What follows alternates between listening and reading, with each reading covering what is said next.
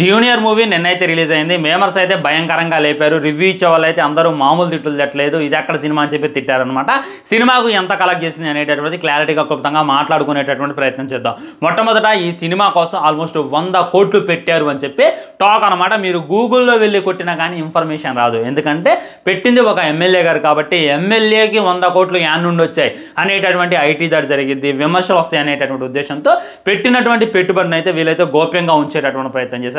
ఈ సినిమాకు మీకు తెలుసు శ్రీలీల గారు చూసుకున్నట్లయితే 5 కోట్లు తీసుకుంది అని చెప్పి బయట గట్టి వార్తలు. ఒకసారి 3 కోట్లు అని వస్తుంది, ఒకసారి 5 కోట్లు అని వస్తుంది. నాకు తెలిసి ఇంకెక్కువగానే తీసుకొని ఉండొచ్చు, అదైతే బయటికి రావట్లేదు అనమాట.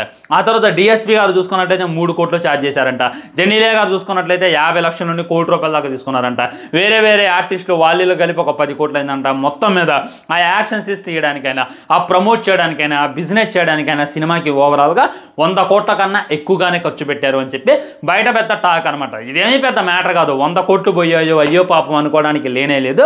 ఎందుకంటే మొన్న కన్నప్ప సినిమా అప్పుడు చూసాం 200 కోట్లు వాళ్ళు బడ్జెట్ పెట్టారు. వాళ్ళకి తెలుసు అది రికవరీ చేయడం కష్టమని. కానీ ఏంటంటే ఒక ఇదనమాట. ఫర్ ఎగ్జాంపుల్ చెప్పాలంటే అంతకుముందు మన జిన్నా అనేటటువంటి సినిమాతో వచ్చిండు మంచన్న, మన సన్ ఆఫ్ ఇండియా అనేటటువంటి సినిమాతో వచ్చారు.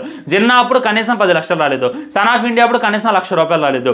అయినా వాళ్ళు ఏ ఏరియాస్ 200 కోట్లు పెట్టారనంటే అవి వస్తాయని కాదు, వాళ్ళ యొక్క క్రెడిబిలిటీ పెంచుకోవడానికి, వాళ్ళ యొక్క స్టార్డమ్ పెంచుకోవడానికి.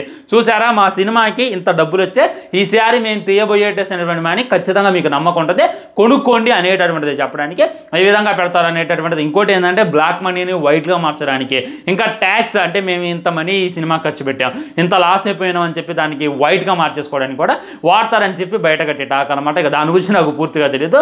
నేను ఒక ఫ్రెండ్తో మాట్లాడితే వాడు నాకు ఏం చెప్పినో నేనైతే మీకు అదే చెప్తాను. సో జూనియర్ మూవీ గురించి మాట్లాడుకోవాలంటే 100 కోట్లు పెట్టుబడి పెడితే సినిమా డే 1 చూసుకున్నట్లయితే 1,46,00,000 గ్రాస్ని అయితే వసూలు చేసింది. అటు ఇటుగా షేర్ అంటే మొత్తం నెట్ కలెక్షన్ చూసుకున్నట్లయితే 60 లక్షల కన్నా చాలా తక్కువగా ఉంది అని చెప్పి క్లారిటీగా క్లుప్తంగా అర్థమైపోతుంది అనమాట. కర్ణాటకలో మన తెలుగులో వదిలేండి, తెలుగులో హీరో ఎవరో కూడా తెలియదు. ఓన్లీ హీరోయిన్ చూసి సినిమాకి వెళ్ళాలని అంటే ఎవరి వల్ల కాదు, అది మీకు తెలుసు నాకు తెలుసు. కానీ కర్ణాటకలో చూసుకున్నట్టయితే ఆ సినిమాకు కూడా అంత ప్రోత్సాహం అయితే లేదనమాట. ఆల్రెడీ కర్ణాటకలో ఒక ఫేమస్ ఎమ్మెల్యే గారి కొడుకు మంచిగా ప్రమోట్ చేశారు, మంచిగా లాంచ్ చేశారు, ఆల్బమ్స్ హిట్ అయినాయి, ట్రైలర్ కూడా బాగుంది అని చెప్పి టాక్ వచ్చింది. అయినప్పటికీ కర్ణాటకలో సైతం ఆ సినిమాను చూడడానికి ఎవరు కూడా ఇంట్రెస్ట్ చూపించట్లేదు. నిజానికి 1,50,00,000 కలెక్షన్స్ వచ్చాయి అని అంటే చాలా తక్కువ. ఎందుకంటే సినిమా మీద ఒక బజ్ క్రియేట్ అయింది, ఒక హైప్ క్రియేట్ అయింది. ఈజీగా మార్నింగ్ షో చూసుకున్నట్టయితే బాగానే డబ్బులు వస్తాయి. ఒక రోజు బాగానే ఫుల్ అయింది అని చెప్పి నేను కేసేసా. ఒక రోజు ఎట్లేదన్నా కనీసం ఒక 3-4 కోట్లు వసూలు చేసేదేమో అనుకుంటే జస్ట్ 1,50,00,000 అయితే సినిమా అయితే ఆగిపోయింది అనమాట. ఎనీవే సినిమా మీద విమర్శలు కూడా వస్తున్నాయి అనమాట. ఉదాహరణకి వైరల్ వయ్యారి సాంగ్లో చూసుకున్నట్టయితే బాగా న్యూడిటీని, బాగా వల్గారిటీని వీళ్ళు ఫేమస్ చేసినట్టు క్లారిటీగా కానొస్తుంది. ఆ నవలేంది, ఆ ముద్దు పెట్టుకోవడాలేంది, ఆ ఎత్తుకోవడాలేంది, ఏంది దరిద్రం శ్రీలీల, నువ్వు పెద్ద స్టార్స్తోనే నటించావు కానీ వాళ్ళతో ఎలాంటి సీన్లు చేయలేదు. నేను లిప్ కిస్కి అసలే ఒప్పుకోను అని చెప్పి ఒకప్పుడు శ్రీలీల గారు స్టేట్మెంట్ ఇచ్చారు. కానీ కట్ చేస్తే లిప్ కిస్లో అప్పుడెప్పుడు చిన్నప్పుడే పెట్టేశారు తను.